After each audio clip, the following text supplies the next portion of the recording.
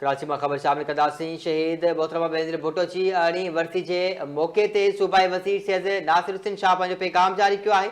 शहीद मोहतरमा बेनज़ीर भुट्टो ख़िदमत ख़ल्क़ खे सियासत जो मरकज़ बणायो ऐं हमेशा पसमांदा मरहूम ऐं मज़लूमनि तबक़नि जे आवाज़ बणिजी उभरी। नासिर शाह जो चवणु आहे त आमरियत जलावतनी ऐं सख़्त मुश्किलातुनि जे बावजूद शहीद बीबी बेबाक क़यादत जो मुज़ाहिरो कंदे जमहूरियत जी शमा रोशन रखी। शहीद ज़ुल्फ़िकार अली भुट्टो जे नज़रिए खे ज़िंदा रखंदे मोहतरमा बेनज़ीर भुट्टो मुल्क खे जमहूरियत आइन ऐं अवामी शऊर जी रोशनी ॾिनी।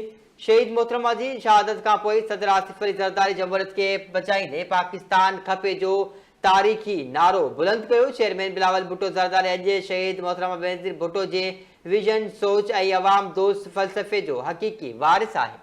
खबर शामिल कयूं पिया। शहीद बेनज़ीर भुट्टो जी अरिड़हीं वरसी के मौके ते सूबाई वज़ीर सैयद नासिर शाह पैगाम जारी किया है। शहीद मोहतरमा बेनज़ीर भुट्टो ख़िदमत ख़ल्क़ के सियासत जो मरकज़ बणायो ऐं हमेशा पसमांदा मरहूम ऐं मज़लूम तबक़नि जे आवाज़ बणिजी उभरी। नासिरुद्दीन शाह जो चवणु हो त आमरियत जलावतनी ऐं सख़्त मुश्किलातुनि जे बावजूद शहीद बीबी बेबाक क़यादत जो मुज़ाहिरो कंदे जमहूरियत जी शमा रोशन रखी। शहीद ज़ुल्फ़िकार अली भुट्टो जे नज़रिए खे ज़िंदा रखंदे मोहतरमा बेनज़ीर भुट्टो मुल्क खे जमहूरियत आइन ऐं अवामी शऊर जे रोशनी ॾिनी। शहीद मोहतरमा बेनज़ीर भुट्टो शहादत खां पोइ सदर आसिफ अली ज़रदारी जमहूरियत खे बचाईंदे पाकिस्तान खपे जो तारीख़ी नारो बुलंद कयो।